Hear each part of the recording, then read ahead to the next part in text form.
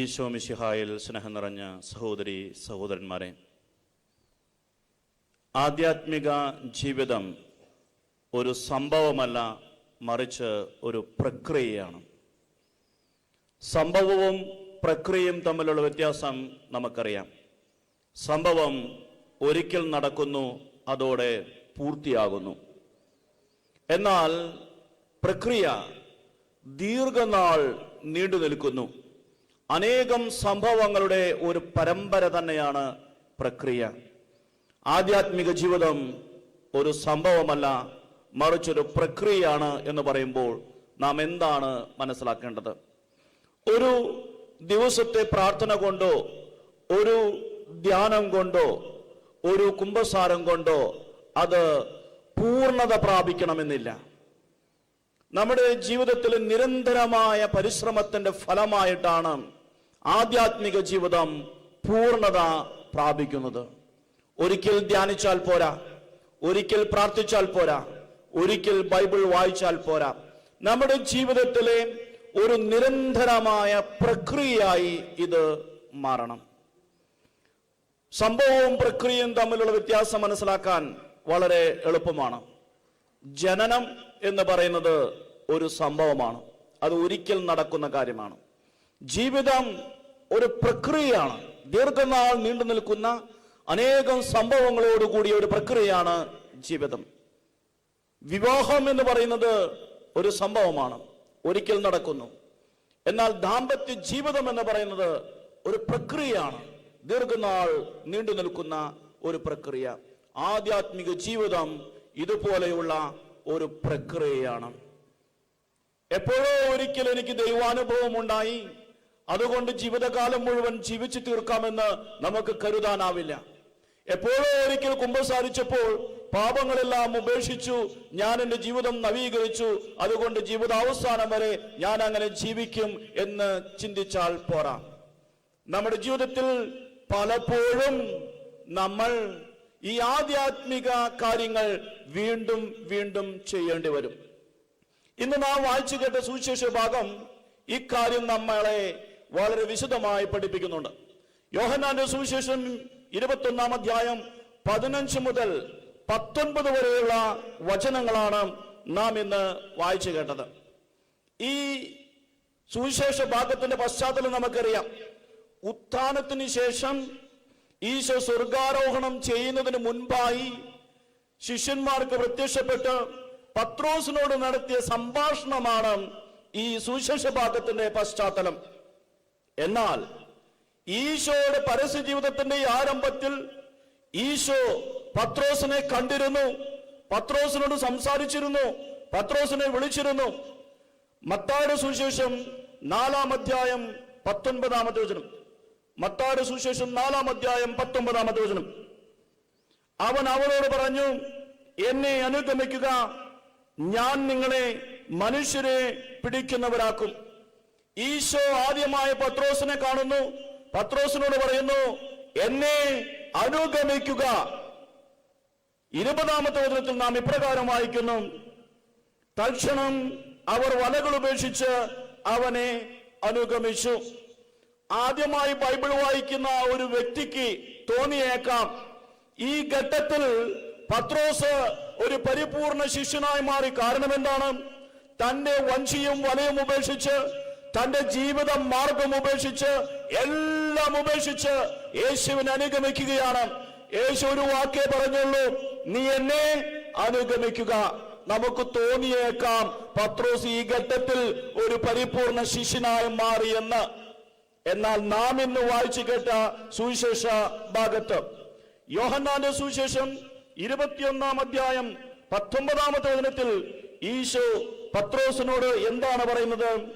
അതിനുശേഷം യേശു അവനോട് എന്നെ അനുഗമിക്കുക എന്ന് പറഞ്ഞു.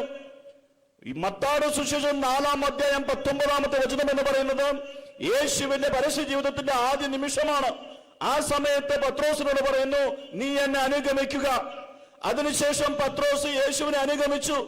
ഇവിടെ ഉത്ഥാനത്തിന് ശേഷം സ്വർഗാരോഹണത്തിന് മുമ്പ് ഈശോ ഈ പത്രോസിനോട് പറയുകയാണ്, നീ എന്നെ അനുഗമിക്കുക എന്ന്.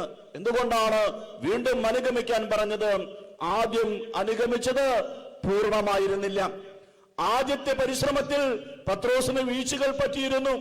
അപ്പോൾ ഇന്ന് നമ്മോട് തമ്പുരാൻ വീണ്ടും പറയുകയാണ്, എന്നെ അനുഗമിക്കുക. നിങ്ങൾ എന്റെ വിളി കേട്ടവരാണ്, നിങ്ങൾ എന്നെ അനുഗമിച്ചവരാണ്, നിങ്ങൾ എന്നോട് ചേർന്ന് ജീവിക്കാൻ പരിശ്രമിച്ചവരാണ്. പക്ഷെ ഒരു പക്ഷേ നിങ്ങൾക്ക് തെറ്റുപറ്റിയിട്ടുണ്ടാകാം, ഒരു പക്ഷേ വീണു പോയിട്ടുണ്ടാകാം, ഒരു പക്ഷെ വഴിമാറി പോയിട്ടുണ്ടാകാം. ഇതെല്ലാം മനസ്സിലാക്കി കർത്താവ് വീണ്ടും ഒരു അവസരം നൽകുകയാണ്. കർത്താവ് പറയുന്നു, നിങ്ങൾ എന്നെ അനുഗമിക്കുക. രണ്ടാമതൊരു അവസരം നൽകുന്നു, രണ്ടാമത് നമ്മെ വിളിക്കുന്നു. പഴയകാല ജീവിതത്തിൽ പറ്റിയ തെറ്റുകൾ തിരുത്തി വീണ്ടും കർത്താവിലേക്ക് കൂടുതൽ അടുക്കാൻ കർത്താവ് ഒരു അവസരം നൽകുന്നു. പത്രോസിനോട് വീണ്ടും എന്നെ അനുഗമിക്കുക എന്ന് പറഞ്ഞ കർത്താവ് ഇന്ന് നാം ഓരോരുത്തരോടും എന്നെ അനുഗമിക്കുക എന്ന് വീണ്ടും പറയുന്നു. കാരണം എന്താണ്? ആധ്യാത്മിക ജീവിതം ഒരു സംഭവമല്ല, ആധ്യാത്മിക ജീവിതം ഒരു പ്രക്രിയയാണ്. ഒരു വിളി കൊണ്ടോ ഒരു പ്രത്യുത്തരം കൊണ്ടോ അത് പൂർണ്ണമാകണമെന്നില്ല. കർത്താവ് പല പ്രാവശ്യവും നമ്മുടെ ജീവിതത്തിൽ ഇടപെടും. ഒരിക്കൽ ഇടപെട്ട് മാറി നിൽക്കുന്നവനല്ല കർത്താവ്. കർത്താവ് വീണ്ടും വീണ്ടും ഇടപെടും. കർത്താവ് വീണ്ടും വീണ്ടും വിളിക്കും. അപ്പോഴെല്ലാം കർത്താവിന് വിളി കേൾക്കാനും കർത്താവിനോട് പ്രത്യുത്തരിക്കുവാനും നമുക്ക് ഉത്തരവാദിത്വമുണ്ട്.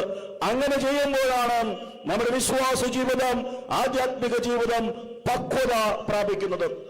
ഇനി എന്തുകൊണ്ടാണ് ഈശോ പത്രോസിനോട് വീണ്ടും എന്നെ അനുഗമിക്കുക എന്ന് പറഞ്ഞത്? മത്തായിയുടെ സുവിശേഷം 4-ാം അധ്യായം 19-ാമത്തെ വചനത്തിൽ പറഞ്ഞ അതേ വാക്കുകളാണ് യോഹന്നാന്റെ സുവിശേഷം 21-ാം അധ്യായം 19-ാമത്തെ വചനത്തിൽ വീണ്ടും ഈശോ പറയുന്നത്, എന്നെ അനുഗമിക്കുക. കാരണം എന്താണ്? ആദ്യത്തെ പരിശ്രമത്തിൽ പലപ്പോഴും പത്രോസ് വീണുപോയിരുന്നു. 3 സംഭവങ്ങൾ നമുക്ക് നോക്കാം. മത്തായിയുടെ സുവിശേഷം 16-ാം അധ്യായം 21 മുതൽ 23 വരെയുള്ള വചനങ്ങൾ. മത്തായിയുടെ സുവിശേഷം 16-ാം അധ്യായം 21 മുതൽ 23 വരെയുള്ള വചനങ്ങൾ. അപ്പോൾ യേശു തനിക്ക് ജെറുസലേമിലേക്ക് പോകേണ്ടിയിരിക്കുന്നുവെന്നും ശ്രേഷ്ഠന്മാരിൽ നിന്നും പ്രധാന പുരോഹിതന്മാരിൽ നിന്നും നിയമജ്ഞരിൽ നിന്നും വളരെയേറെ സഹിക്കേണ്ടി വരുമെന്നും താൻ വധിക്കപ്പെടുമെന്നും എന്നാൽ 3-ാം ദിവസം ഉയർപ്പിക്കപ്പെടുമെന്നും ശിഷ്യന്മാരെ അറിയിച്ചു തുടങ്ങി. പത്രോസ് അവനെ മാറ്റി നിർത്തി തടസ്സം പറയാൻ തുടങ്ങി. ദൈവം കനിയട്ടെ കർത്താവേ, ഇതൊരിക്കലും നിനക്ക് സംഭവിക്കാതിരിക്കട്ടെ. യേശു തിരിഞ്ഞ് പത്രോസിനോട് പറഞ്ഞു, സാത്താനെ, എന്റെ മുമ്പിൽ നിന്ന് നീ പോകൂ, നീ എനിക്ക് പ്രതിബന്ധമാണ്. നിന്റെ ചിന്ത ദൈവികമല്ല, മാനുഷികമാണ്. കർത്താവ് പത്രോസിനോട് പറയുകയാണ്, നിന്റെ ചിന്ത ദൈവികമല്ല, നിന്റെ ചിന്ത മാനുഷികമാണ്, നീ എനിക്ക് പ്രതിബന്ധമാണ്. അതുകൊണ്ട് പത്രോസിനെ കർത്താവ് സാത്താനെ എന്ന് വിളിക്കുന്നു. സാത്താനെ, നീ എന്റെ മുമ്പിൽ നിന്ന് പോവുക. കുറച്ചു വചനങ്ങൾക്ക് മുമ്പ് മത്തായിയുടെ സുവിശേഷം 16-ാം അധ്യായം 16-ാമത്തെ വചനത്തിൽ ഈശോ പത്രോസിനെ വിളിച്ചത് എന്താണ്? നീ ഭാഗ്യവാൻ എന്നാണ് വിളിച്ചത്. മത്തായിയുടെ സുവിശേഷം 16-ാം അധ്യായം 16-ാമത്തെ വചനത്തിൽ ഈശോ പത്രോസിനോട് പറയുന്നു, നീ ഭാഗ്യവാൻ, മാംസരക്തങ്ങളല്ല സ്വർഗസ്ഥനായ എന്റെ പിതാവാണ് നിനക്ക് ഇത് വെളിപ്പെടുത്തി തന്നത്. ഏതാനും നിമിഷങ്ങൾക്ക് ശേഷം, കുറച്ച് വചനങ്ങൾ കഴിഞ്ഞപ്പോൾ കർത്താവ് അതേ പത്രോസിനോട് പറയുകയാണ്, നീ സാത്താനാണ്. നമ്മുടെ ജീവിതത്തിൽ ചിലപ്പോഴൊക്കെ വലിയ ആധ്യാത്മിക അനുഭൂതികൾ നമുക്ക് ലഭിക്കും. കർത്താവിനോട് ചേർന്നാണ് നിൽക്കുന്നതെന്ന് നമുക്ക് തോന്നിയേക്കാം. കർത്താവ് നമ്മെ അഭിനന്ദിച്ചേക്കാം. കർത്താവ് വലിയ വരങ്ങൾ നൽകിയേക്കാം. നമ്മൾ സൂക്ഷിച്ചില്ല എങ്കിൽ, കർത്താവിനോട് ചേർന്ന് നിന്നില്ല എങ്കിൽ, വീണ്ടും വീണ്ടും പരിശ്രമിച്ചില്ല എങ്കിൽ നമ്മൾ വീണുപോയേക്കാം. അപ്പോൾ ഭാഗ്യവാനെ എന്ന് വിളിച്ച അതേ ഈശോ അതേ നാവ് കൊണ്ടാണ് പത്രോസിനെ സാത്താനെ എന്ന് വിളിക്കുന്നത്. മനുഷ്യ ജീവിതത്തിന്റെ 2 യാഥാർത്ഥ്യങ്ങളാണ് നമുക്ക് ഇവിടെ കാണാൻ സാധിക്കുന്നത്. ആധ്യാത്മിക ജീവിതത്തിലെ 2 യാഥാർത്ഥ്യങ്ങൾ. ചിലപ്പോഴൊക്കെ കർത്താവിനോട് ചേർന്ന് നിൽക്കുന്നതായി നമുക്ക് തോന്നിയേക്കാം, ചിലപ്പോഴൊക്കെ ആധ്യാത്മികതയിൽ വളരുന്നതായി നമുക്ക് തോന്നിയേക്കാം, ചിലപ്പോഴൊക്കെ നമ്മുടെ ബലഹീനതയിൽ തളർന്നു വീഴുന്നതായും നമുക്ക് തോന്നിയേക്കാം. ഇത് സംഭവിക്കാം. ഇതൊരു പ്രക്രിയയാണ്. വീണാൽ പരിഭ്രമിക്കരുത്, എഴുന്നേൽക്കണം. ശക്തി ചോർന്നു പോയി എന്ന് തോന്നിയാൽ വേവലാതിപ്പെടരുത്, വീണ്ടും ശക്തി സംഭരിക്കണം. വഴി മാറിപ്പോയാൽ തിരിച്ചു വരണം. അതാണ് കർത്താവ് ആഗ്രഹിക്കുന്നത്. രണ്ടാമത്തേതായി നമുക്ക് നോക്കാം. മത്തായിയുടെ സുവിശേഷം 19-ാം അധ്യായം 27-ാമത്തെ വചനം. മത്തായിയുടെ സുവിശേഷം 19-ാം അധ്യായം 27-ാമത്തെ വചനം. ഈ വചനം വായിക്കുന്നതിന് മുമ്പ് മത്തായിയുടെ സുവിശേഷം 4-ാം അധ്യായം 20-ാമത്തെ വചനം നമ്മുടെ മനസ്സിൽ സൂക്ഷിക്കണം. പത്രോസ് എന്താണ് ചെയ്തത്? എല്ലാം ഉപേക്ഷിച്ച് യേശുവിന്റെ പിന്നാലെ പോയി. അങ്ങനെ ചെയ്ത മനുഷ്യൻ ഇവിടെ എന്താണ് കർത്താവിനോട് ചോദിക്കുന്നത് എന്ന് നമുക്ക് നോക്കാം. മത്തായിയുടെ സുവിശേഷം 19-ാം അധ്യായം 27-ാമത്തെ വചനം. അപ്പോൾ പത്രോസ് പറഞ്ഞു, ഇതാ ഞങ്ങൾ എല്ലാം ഉപേക്ഷിച്ച് നിന്നെ അനുഗമിച്ചിരിക്കുന്നു, ഞങ്ങൾക്ക് എന്താണ് ലഭിക്കുക? എന്ത് ലഭിക്കുമെന്ന് ആഗ്രഹിച്ചിട്ടല്ല ഉപേക്ഷിച്ചത്. കർത്താവ് വിളിച്ചു, ഉടനെ ഉപേക്ഷിച്ചു. എന്നാൽ ഉപേക്ഷിച്ചതിനെ കുറിച്ച് നാളുകൾക്ക് ശേഷം പത്രോസ് ചിന്തിക്കുകയാണ്, ഞങ്ങൾ ഇതെല്ലാം നഷ്ടപ്പെടുത്തിയിട്ട് ഞങ്ങൾക്ക് എന്താണ് ലഭിക്കുക? ഉപേക്ഷിച്ചതിന്റെ കണക്ക് ചോദിക്കുന്നു പത്രോസ്. ഉപേക്ഷിച്ച കാര്യങ്ങളെ കുറിച്ച് വീണ്ടും ചിന്തിക്കുന്ന പത്രോസ്. ഇതും നമ്മുടെ ജീവിതത്തിൽ സംഭവിച്ചേക്കാം. നമ്മൾ ഉപേക്ഷിച്ചതിനെ കുറിച്ച് ചിലപ്പോഴൊക്കെ നമ്മൾ വീണ്ടും ചിന്തിച്ചേക്കാം. ഇങ്ങനെയൊക്കെ ജീവിച്ചിട്ട് എനിക്ക് എന്താണ് കിട്ടുക? ഞാൻ ഇത്രയും ത്യാഗം ചെയ്തു, ഞാൻ ക്രൈസ്തവ ജീവിതം ജീവിക്കുന്നു, വില കൊടുത്ത എന്റെ ആധ്യാത്മിക ജീവിതം ഞാൻ ജീവിക്കുന്നു, എനിക്ക് എന്താണ് ലഭിക്കുക? എനിക്ക് നഷ്ടപ്പെട്ട സൗഭാഗ്യങ്ങൾക്ക് പകരം എനിക്ക് എന്ത് കിട്ടും? ഞാൻ നഷ്ടപ്പെടുത്തതിന് പകരം എനിക്ക് എന്ത് കിട്ടുമെന്ന് മാനുഷികമായി നമ്മൾ ചിന്തിച്ചേക്കാം. തമ്പുരാന്റെ വിളി കേട്ട് എല്ലാം ഉപേക്ഷിച്ചതിന് ശേഷം, തമ്പുരാന്റെ പ്രേരണയനുസരിച്ച് തീരുമാനങ്ങൾ എടുത്തതിന് ശേഷം പിന്നീട് മാനുഷികമായി ഈ തീരുമാനങ്ങളെ കുറിച്ച് നമ്മൾ ചിന്തിച്ചേക്കാം. എന്താണ് എനിക്ക് ലാഭം? എനിക്ക് എന്താണ് കിട്ടുക? മാനുഷികമായ നമ്മുടെ ബലഹീനതയുടെ ഒരു മുഖമാണ് പത്രോസിൽ നമ്മൾ കാണുന്നത്. മൂന്നാമതായിട്ട് മത്തായിയുടെ സുവിശേഷം 26-ാം അധ്യായം 70 മുതൽ 74 വരെ വചനങ്ങൾ. മത്തായിയുടെ സുവിശേഷം 26-ാം അധ്യായം 70 മുതൽ 74 വരെ വചനങ്ങൾ. ഒരു വചനം നമുക്ക് വായിക്കാം. നീ പറയുന്നത് എന്താണെന്ന് ഞാൻ അറിയുന്നില്ല എന്ന് അവരുടെ എല്ലാം മുൻപാകെ അവൻ നിഷേധിച്ചു പറഞ്ഞു. പിന്നീട് 2 പ്രാവശ്യം കൂടി നിഷേധിച്ചു പറയുന്നു. ഈ വചനഭാഗത്ത് 3 പ്രാവശ്യം പത്രോസ് യേശുവിനെ തള്ളി പറയുന്നു. ഏത് പത്രോസാണ് ഇങ്ങനെ പറയുന്നത്? ആരെല്ലാം നിന്നിൽ ഇടറിയാലും ഞാൻ നിന്നിൽ ഇടറുകയില്ല എന്ന് പറഞ്ഞ പത്രോസ്. നിന്നോടുകൂടെ മരിക്കേണ്ടി വന്നാലും ഞാൻ നിന്നെ തള്ളിപ്പറയുകയില്ല എന്ന് പറഞ്ഞ പത്രോസാണ് ഇവിടെ 3 പ്രാവശ്യം ഈശോയെ തള്ളി പറയുന്നത്. പ്രിയപ്പെട്ടവരെ, നിങ്ങൾക്ക് എന്തു തോന്നുന്നു? തള്ളിപ്പറയാൻ ഉദ്ദേശിച്ച്, യേശുവിനെ അറിയില്ല എന്ന് പറയാൻ തീരുമാനിച്ച് യേശുവിന്റെ മുമ്പിൽ കാപട്യം കാണിച്ചതാണോ പത്രോസ്? ഞാൻ നിന്നെ തള്ളിപ്പറയില്ല എന്ന് പറഞ്ഞപ്പോൾ തള്ളിപ്പറയാനുള്ള ഉദ്ദേശം പത്രോസിന്റെ മനസ്സിലുണ്ടായിരുന്നോ? ആരെല്ലാം ഉപേക്ഷിച്ചാലും ഞാൻ നിന്നെ ഉപേക്ഷിക്കില്ല എന്ന് പറഞ്ഞത് വഞ്ചനയായിരുന്നോ? അല്ല. ആ പാവം മനുഷ്യൻ ആത്മാർത്ഥമായിട്ടാണ് പറഞ്ഞത്. യേശുവിനെ തള്ളിപ്പറയാൻ അവന് ഉദ്ദേശമുണ്ടായിരുന്നില്ല. യേശുവിനെ ഉപേക്ഷിക്കാൻ അവന് യാതൊരു തീരുമാനവും ഉണ്ടായിരുന്നില്ല. പിന്നെ എന്ത് പറ്റി? അവൻ വീണുപോയി. അവൻ മനുഷ്യനാണ്, അവന് തെറ്റുപറ്റിപ്പോയി. അവൻ പറഞ്ഞത് ആത്മാർത്ഥമായിട്ടാണ്, ഒരിക്കലും ഞാൻ നിന്നെ ഉപേക്ഷിക്കില്ല, ആരൊക്കെ ഉപേക്ഷിച്ചാലും ഞാൻ ഉപേക്ഷിക്കില്ല. പക്ഷേ ആ വാക്ക് നിറവേറ്റാൻ അവന് സാധിക്കാതെ പോയി. ചിലപ്പോഴേക്കും നമ്മൾ തമ്പുരാന് വാഗ്ദാനങ്ങൾ കൊടുക്കും. നമ്മൾ കാപട്യം കാണിക്കുന്നതല്ല, നമ്മൾ വഞ്ചന പറയുന്നതല്ല. കർത്താവിന് സ്നേഹമാണ്, കർത്താവിനോട് ഇഷ്ടമാണ്, കർത്താവിന് കൂടെ നിൽക്കാനാണ് ആഗ്രഹം. പക്ഷെ ചിലപ്പോഴൊക്കെ വീണുപോയേക്കാം. അപ്പോൾ ഒരു ഘട്ടത്തിൽ പത്രോസ് പറയുന്നു, ഈ ആരൊക്കെ തള്ളി പറഞ്ഞാലും നിന്നോടുകൂടെ മരിക്കേണ്ടി വന്നാലും നിന്നെ ഞാൻ ഉപേക്ഷിക്കില്ല എന്ന്. അവിടെ നിന്ന് കുറച്ച് സമയം കഴിഞ്ഞപ്പോൾ ഈ പത്രോസ് ഇതെല്ലാം മറന്നു. പത്രോസിന് അത് സാധിച്ചില്ല. പത്രോസ് യേശുവിനെ തള്ളി പറയുന്നു. വീണ്ടും ഈശോ നോക്കിയപ്പോൾ പശ്ചാത്തപിച്ച് മനസ്സ് നൊന്ത് പത്രോസ് കരയുന്നു. പത്രോസ് പശ്ചാത്തപിക്കുന്നു. അപ്പോൾ ഈ 3 ഘട്ടങ്ങളിൽ പത്രോസ് വീണുപോയി, അല്ലെങ്കിൽ പത്രോസ് പതറിപ്പോയി, പത്രോസിന് തെറ്റുപറ്റി. അതുകൊണ്ടാണ് ഈശോ വീണ്ടും പത്രോസിനോട് പറയുന്നത്, നീ എന്നെ അനുഗമിക്കുക. നമ്മൾ ഈശോയുടെ കൂടെയുള്ള ജീവിതം ആരംഭിച്ചവരാണ്. ഒരുപക്ഷെ നമുക്ക് തെറ്റുപറ്റിപ്പോയിട്ടുണ്ടാകാം, ഒരുപക്ഷെ നമ്മൾ വഴിമാറിപ്പോയിട്ടുണ്ടാകാം. ഇതാ കർത്താവ് ഒരു അവസരം കൂടി തരുന്നു, നീ എന്നെ അനുഗമിക്കുക എന്ന് ഒന്നുകൂടി സ്നേഹത്തോടെ, കരുതലോടെ, കരുണയോടെ കർത്താവ് പറയുന്നു. ഈ സന്ദർഭം യോഹന്നാന്റെ സുവിശേഷം 21 അധ്യായം 15 മുതൽ 19 വരെയുള്ള വചനങ്ങൾ വിവരിക്കുന്ന ആ സന്ദർഭം പത്രോസിന്റെ ജീവിതത്തെ സംബന്ധിച്ചിടത്തോളം വളരെ പ്രസക്തമാണ്. പത്രോസ് യേശുവിനെ തള്ളിപ്പറഞ്ഞ ആ പശ്ചാത്തലത്തിന്റെ അതേ രീതിയിലാണ് യോഹന്നാൻ ശ്ലീഹ ഈ വീണ്ടും വിളിക്കുന്ന സന്ദർഭം അവതരിപ്പിച്ചിരിക്കുന്നത്. പത്രോസ് തള്ളിപ്പറഞ്ഞ സന്ദർഭവും പത്രോസ് യേശുവിനെ ഇവിടെ ഏറ്റുപറഞ്ഞ സന്ദർഭവും തമ്മിൽ വലിയ ബന്ധമുണ്ട്. എന്തുകൊണ്ടാണ് ബന്ധമുണ്ട് എന്ന് നമ്മൾ പറയുന്നത്? 3 സൂചനകൾ നമുക്ക് കാണാൻ സാധിക്കും. ഒന്നാമത്തെ സൂചന, പത്രോസ് യേശുവിനെ തള്ളിപ്പറഞ്ഞത് തീക്കനലിനടുത്തിരുന്നാണ്. പത്രോസ് തീ കായുകയായിരുന്നു. ആ തീക്കനലിന്റെ അടുത്തിരുന്നാണ് പത്രോസ് യേശുവിനെ തള്ളിപ്പറഞ്ഞത്.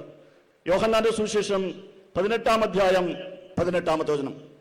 യോഹന്നാന്റെ സുവിശേഷം 18 അധ്യായം 18 വചനം. തണുപ്പായിരുന്നതിനാൽ ഭൃത്യരും സേവകരും തീ കായുകയായിരുന്നു. പത്രോസും അവരോടൊപ്പം തീ കാഞ്ഞുകൊണ്ടിരുന്നു. അങ്ങനെ തീഞ്ഞു കാഞ്ഞുകൊണ്ടിരിക്കുന്ന സമയത്താണ് പത്രോസ് യേശുവിനെ തള്ളി പറഞ്ഞത്. തിരിച്ച് യേശു പത്രോസിനോട് നീ എന്നെ സ്നേഹിക്കുന്നുവോ എന്ന് ചോദിക്കുന്നത് എവിടെ വെച്ചാണ്? തീക്കനലിന്റെ അടുത്തിരുന്ന് തന്നെയാണ്. യോഹന്നാന്റെ സുവിശേഷം 21 അധ്യായം 9 വചനം. യോഹന്നാന്റെ സുവിശേഷം 21 അധ്യായം 9 വചനം. കരക്കിറങ്ങിയപ്പോൾ തീ കൂട്ടിയിരിക്കുന്നതും അതിൽ മീൻ വച്ചിരിക്കുന്നതും അവർ കണ്ടു. തീ കൂട്ടിയിരിക്കുന്നിടത്തിരുന്നാണ് പത്രോസ് യേശുവിനെ അറിയില്ല എന്ന് പറഞ്ഞത്. ഇപ്പോൾ ആ യേശു തീ കൂട്ടിയിരിക്കുന്നിടത്ത് ഇരുന്ന് പത്രോസിനോട് ചോദിക്കുകയാണ്, നീ എന്നെ സ്നേഹിക്കുന്നുവോ? ആ തീ കാണുമ്പോൾ പത്രോസിന് എന്തോർമ്മ വരും? കുറച്ച് ദിവസങ്ങൾക്ക് മുമ്പ് തീ കൂട്ടിയിരുന്നിടത്തിരുന്ന് ഞാൻ തള്ളിപ്പറഞ്ഞ ഈശോയാണ് ഇത്. അപ്പോൾ പറ്റിയ തെറ്റുകൾ പത്രോസിന്റെ മനസ്സിലേക്ക് കടന്നു വരും. വഴിമാറിപ്പോയത് പത്രോസ് ഓർക്കും. അതിനുവേണ്ടിയാണ് ഈശോ തീക്കനലിന്റെ അടുത്തിരുന്ന് പത്രോസിനോട് ചോദിക്കുന്നത്. ആ സന്ദർഭം പത്രോസിന്റെ മനസ്സിലേക്ക് കൊണ്ടുവരാൻ. അന്ന് നീ എന്നെ തള്ളി പറഞ്ഞു, ഇന്ന് നീ എന്നെ സ്നേഹിക്കുന്നുവോ? സ്നേഹിക്കുന്നു എന്ന് പത്രോസ് മറുപടി പറഞ്ഞു. അപ്പോൾ തീക്കനലിന്റെ സാന്നിധ്യമാണ് ഈ 2 സന്ദർഭങ്ങളെയും ബന്ധിപ്പിക്കുന്ന ഒന്നാമത്തെ ഘടകം. രണ്ടാമത്തെ ഘടകം യേശുവിന്റെ ചോദ്യമാണ്. യേശു എങ്ങനെയാണ് ചോദിക്കുന്നത്? നീ ഇവരെക്കാൾ അധികമായി എന്നെ സ്നേഹിക്കുന്നുവോ എന്നാണ് ചോദിക്കുന്നത്. നീ എന്നെ സ്നേഹിക്കുന്നുവോ എന്നല്ല, നീ ഇവരെക്കാൾ അധികമായി എന്നെ സ്നേഹിക്കുന്നുവോ എന്നാണ് ചോദിക്കുന്നത്. മറ്റുള്ളവരോട് താരതമ്യപ്പെടുത്തിക്കൊണ്ടാണ് ചോദിക്കുന്നത്. കാരണം എന്താണ്? പത്രോസ് അങ്ങനെയാണ് യേശുവിനോട് പറഞ്ഞത്, ഇവരൊക്കെ നിന്നിൽ ഇടറിയാലും ഞാൻ നിന്നിൽ ഇടറുകയില്ല. മത്തായി സുവിശേഷം 26 അധ്യായം 33 വചനം. അപ്പോൾ പത്രോസ് അവനോട് പറഞ്ഞു, എല്ലാവരും നിന്നിൽ ഇടറിയാലും ഞാൻ ഇടറുകയില്ല.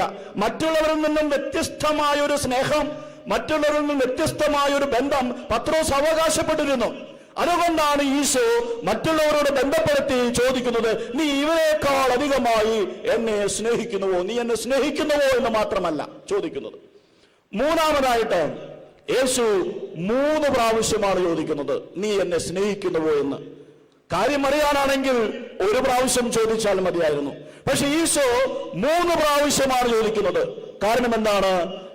പത്രോസ് യേശുവിനെ തള്ളിപ്പറഞ്ഞത് 3 പ്രാവശ്യമാണ്. മത്തായി സുവിശേഷം 26 അധ്യായം 34 വചനത്തിൽ ഈശോ പത്രോസിനോട് പറയുന്നു, ഈ രാത്രി കോഴി കൂകുന്നതിന് മുമ്പ് നീ എന്നെ 3 പ്രാവശ്യം നിഷേധിച്ചു പറയും. അങ്ങനെ ഈശോയെ പത്രോസ് 3 പ്രാവശ്യം നിഷേധിച്ചു പറഞ്ഞു. ആ 3 സന്ദർഭങ്ങളും മനസ്സിൽ സൂക്ഷിച്ചുകൊണ്ട് ഈശോ പത്രോസിനോട് 3 പ്രാവശ്യം ചോദിക്കുകയാണ്, നീ എന്നെ സ്നേഹിക്കുന്നുവോ? നീ ഇവരെക്കാൾ കൂടുതലായി എന്നെ സ്നേഹിക്കുന്നുവോ? നീ എന്നെ സ്നേഹിക്കുന്നുവോ എന്ന്. അപ്പോൾ ഈശോയുടെ ഉദ്ദേശം എന്താണ്? നീ 3 പ്രാവശ്യം തള്ളി പറഞ്ഞുവെങ്കിൽ 3 പ്രാവശ്യം നിന്നോട് ക്ഷമിക്കാൻ ഞാൻ തയ്യാറാണ്. നിനക്ക് എത്ര പ്രാവശ്യം തെറ്റുപറ്റിയാലും അത്ര പ്രാവശ്യം ക്ഷമിക്കാൻ ഞാൻ തയ്യാറാണ്. നിന്റെ പാപങ്ങൾ പൊറുക്കാൻ ഞാൻ തയ്യാറാണ്. നിന്റെ തെറ്റുകൾ ക്ഷമിക്കാൻ ഞാൻ തയ്യാറാണ്. എന്നാൽ സ്നേഹം നിർബന്ധമാണ്. നീ എന്നെ സ്നേഹിച്ചിരിക്കണം, നീ എന്നെ സ്നേഹിക്കണം. പഴയതെല്ലാം വിട്ടുകളഞ്ഞ്, പഴയതെല്ലാം മറന്ന്, നിന്റെ തെറ്റുകൾ ഉപേക്ഷിച്ച് നീ എന്നെ വീണ്ടും അനുഗമിക്കണം. പ്രിയ സഹോദരി സഹോദരന്മാരെ, നമ്മുടെ പാപങ്ങൾ ക്ഷമിക്കാൻ കർത്താവ് ഒരുക്കമാണ്. നമ്മുടെ പാപങ്ങൾ ക്ഷമിക്കാൻ കർത്താവ് തയ്യാറാണ്. എന്നാൽ കർത്താവിനെ നമ്മൾ സ്നേഹിക്കണം, അതിൽ വിട്ടുവീഴ്ചയില്ല. അതുകൊണ്ടാണ് കർത്താവ് ചോദിക്കുന്നത്, നീ എന്നെ സ്നേഹിക്കുന്നുവോ? നീ എന്നെ സ്നേഹിക്കുന്നുവോ? നീ എന്നെ സ്നേഹിക്കുന്നുവോ? പത്രോസ് പറഞ്ഞു, ഞാൻ നിന്നെ സ്നേഹിക്കുന്നു. ആ സ്നേഹമാണ് പിന്നീട് പത്രോസ് കാണിച്ചത്. ഈശോ പത്രോസിനോട് പറഞ്ഞു, പ്രായമാകുമ്പോൾ മറ്റുള്ളവർ നിന്നെ അരമുറുക്കി കൊണ്ടുപോകും. അത് എന്തിനെ സൂചിപ്പിക്കുന്നതാണ്? മരണത്തെ സൂചിപ്പിക്കുന്നതാണ് എന്നാണ് യോഹന്നാൻ ശ്ലീഹ എഴുതി വെച്ചിരിക്കുന്നത്. പിന്നീട് പത്രോസ് കുരിശിൽ തലകീഴായി മരിച്ചുകൊണ്ട് യേശുവിനോടുള്ള തന്റെ ബന്ധം സ്ഥാപിച്ചു. ആ ബന്ധത്തിന് സാക്ഷ്യം നൽകി. യേശുവിനെ കുരിശിൽ തറച്ചതുപോലെ പത്രോസിനെയും കുരിശിൽ തറയ്ക്കാൻ അവർ തീരുമാനിച്ചപ്പോൾ പത്രോസ് പറഞ്ഞു, എന്റെ ഗുരു കുരിശിൽ മരിച്ചതുപോലെ കുരിശിൽ മരിക്കാൻ എനിക്ക് ആനന്ദമേ ഉള്ളൂ. എന്നാൽ എന്റെ ഗുരു മരിച്ചതുപോലെ തല മുകളിലായി മരിക്കാൻ ഞാൻ അർഹനല്ല. അതുകൊണ്ട് തല കീഴായി എന്നെ കുരിശിൽ തറയ്ക്കണം. ഭൂമിയുടെയും ആകാശത്തിന്റെയും മധ്യത്തിൽ മരക്കുരിശിൽ 3 ആണികളിൽ ഒരു മനുഷ്യ ശരീരം തൂങ്ങിക്കിടന്നാൽ ഉണ്ടാകാവുന്ന വേദനയെ കുറിച്ച് നമുക്ക് ഊഹിക്കാവുന്നതേ ഉള്ളൂ. അങ്ങനെയാണെങ്കിൽ തലകീഴായ ഒരു ശരീരം കുരിശിൽ തൂങ്ങിക്കിടക്കുമ്പോൾ ആ മനുഷ്യൻ അനുഭവിക്കുന്ന വേദന എത്രയോ ദുസ്സഹമായിരിക്കും. ആ വേദന അനുഭവിച്ചപ്പോഴും ക്രിസ്തുവിനെ അവൻ തള്ളിപ്പറഞ്ഞില്ല. ക്രിസ്തുവിനെ ഏറ്റുപറയാൻ വേണ്ടി തന്റെ ജീവൻ അവൻ ബലിയർപ്പിച്ചു. അവിടെയാണ് പത്രോസ് പരിപൂർണ ശിഷ്യനായി മാറിയത്. ഗലീല കടൽ തീരത്ത് വെച്ച് വഞ്ചിയും വലയും ഉപേക്ഷിച്ച് യേശുവിനെ അനുഗമിച്ചപ്പോൾ പത്രോസ് പരിപൂർണ ശിഷ്യനായി മാറിയിരുന്നില്ല. കുരിശിൽ തലകീഴായി മരിച്ച് യേശുവിനെ ഏറ്റുപറഞ്ഞപ്പോഴാണ് പത്രോസ് പരിപൂർണ ശിഷ്യനായി മാറിയത്. അതൊരു പ്രക്രിയയായിരുന്നു. പലപ്പോഴും വീണുപോയി, എന്നാൽ വീണ്ടും എണീറ്റു. പലപ്പോഴും വഴിമാറിപ്പോയി, പക്ഷെ വീണ്ടും തിരിച്ചു വന്നു. പലപ്പോഴും തള്ളിപ്പറഞ്ഞു, എന്നാൽ അവസാനം ജീവൻ കൊടുത്ത് യേശുവിനെ ഏറ്റുപറഞ്ഞു. അങ്ങനെയാണ് പത്രോസ് ശിഷ്യനായത്. പ്രിയ സഹോദരി സഹോദരന്മാരെ, നമ്മൾ ഇന്ന് തമ്പുരാന്റെ സന്നിധിയിലായിരിക്കുമ്പോൾ തമ്പുരാൻ നമുക്കൊരു പുതിയ അവസരം നൽകുന്നു. സ്നേഹപൂർവം കർത്താവ് പറയുന്നു, എന്നെ അനുഗമിക്കുക. പഴയകാല ജീവിതത്തിലെ തെറ്റുകൾ നമുക്ക് ഏറ്റുപറയാം. പഴയകാല ജീവിതത്തിൽ നമ്മൾ എടുത്ത തെറ്റായ തീരുമാനങ്ങൾ നമുക്ക് ഓർക്കാം. അവയെല്ലാം ഉപേക്ഷിച്ച് കർത്താവിനെ നമുക്ക് അനുഗമിക്കാം. ഇതൊരു പ്രക്രിയയാണ്. ക്രിസ്തുവിനെ ഏറ്റുപറയുമ്പോഴാണ്, ക്രിസ്തുവിന്റെ സ്നേഹത്തെ നമ്മുടെ ജീവിതത്തിലൂടെ കാണിക്കുമ്പോഴാണ് നമ്മൾ യഥാർത്ഥ ശിഷ്യന്മാരാകുന്നത്. ഈ ഒരു കൃപയ്ക്ക് വേണ്ടി ഈ വിശുദ്ധ കുർബാനയിൽ നമുക്ക് പ്രാർത്ഥിക്കാം. സർവശക്തനായ ദൈവം നമ്മെ സമൃദ്ധമായി അനുഗ്രഹിക്കട്ടെ.